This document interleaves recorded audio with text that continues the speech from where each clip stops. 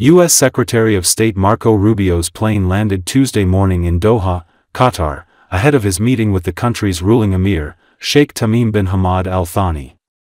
According to Associated Press, Qatar hosted a summit Monday that saw Arab and Islamic countries denounce Israel over its airstrikes on Hamas leaders in Qatar last week. That attack last week that killed 6 people. But leaders at Monday's summit offered different views about what to do, and the group agreed to take only minimal action.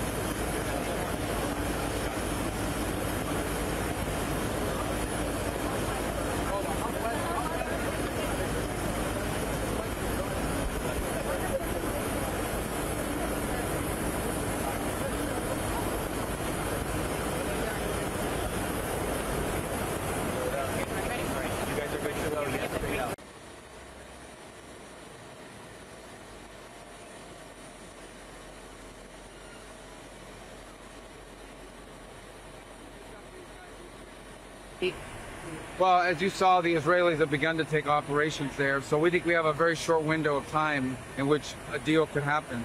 We don't have months anymore, and we probably have days and maybe a few weeks, so it's a key moment, an important moment.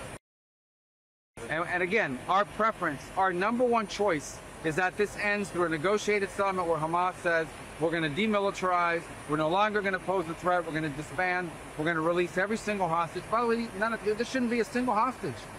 If you want to fight a war, you fight wars between combatants. You don't fight wars by taking civilians as human shields. And in this particular case with the hostages for almost over 2 years now, that's a barbaric practice. It's an unacceptable practice. The president called it out yesterday.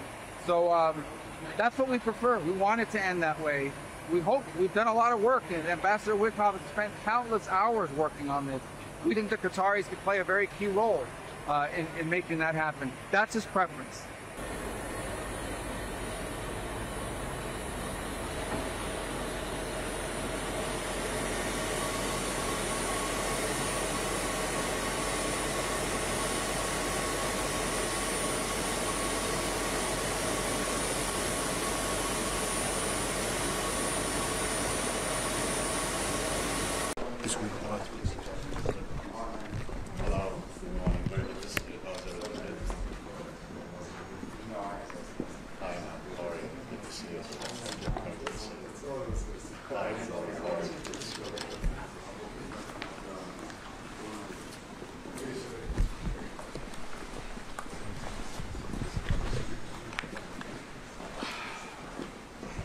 How was your trip? You come from Israel, yeah? I did. Yeah. I did. It was not too long. I think we got there 2 minutes ago. And then we had to wait before we wanted to stop for everyone. I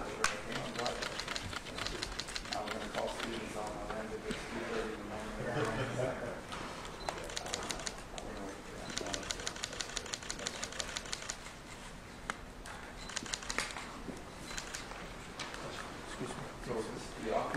This is the office. This is this office. A military mission is deploying to the Baltic Sea to clean up explosives dumped in the First and Second World Wars. According to Associated Press, it's been more than 100 years since the first weapons were sent to the Baltic Sea floor to be out of sight and out of mind. However, the explosives are at the top of the mind for navies in the NATO alliance, as the munitions pollute the sea and still leave an explosion risk. Commander Thibaut Vanthornout from the Belgian demining ship Primula and his crew are embarking on a 3-month NATO-led mission to make the Baltic Sea safer. The explosives are a potential danger to fishermen or ships going to anchor somewhere, said Vanthornout on Monday. He added that his crew is aware the region is a bit more complex than what it used to be.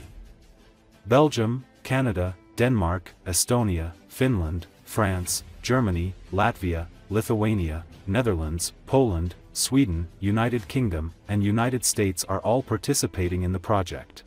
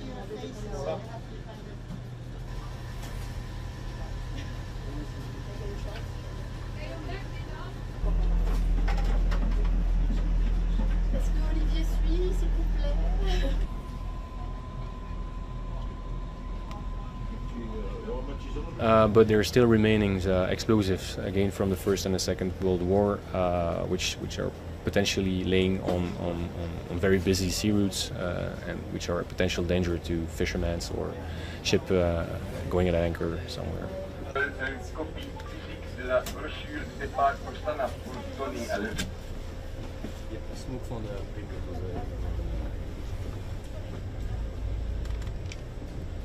Guerre contre les mines, le nettoyage en fait d'engins explosifs non explosés qui daterait de la Première ou de la Seconde Guerre mondiale, qui la mission est, je dirais, sur place, oui, c'est un peu plus complexe, la zone. So we are following the NATO communication channels. So as we are operating within the NATO framework, they are briefing us on the actual situation there. Yeah. And then it's my job to relay it to the crew, which is also following the news, by the way. So it's they know the region is a bit more complex than what it used to be, but still the ship is prepared and trained for operating there.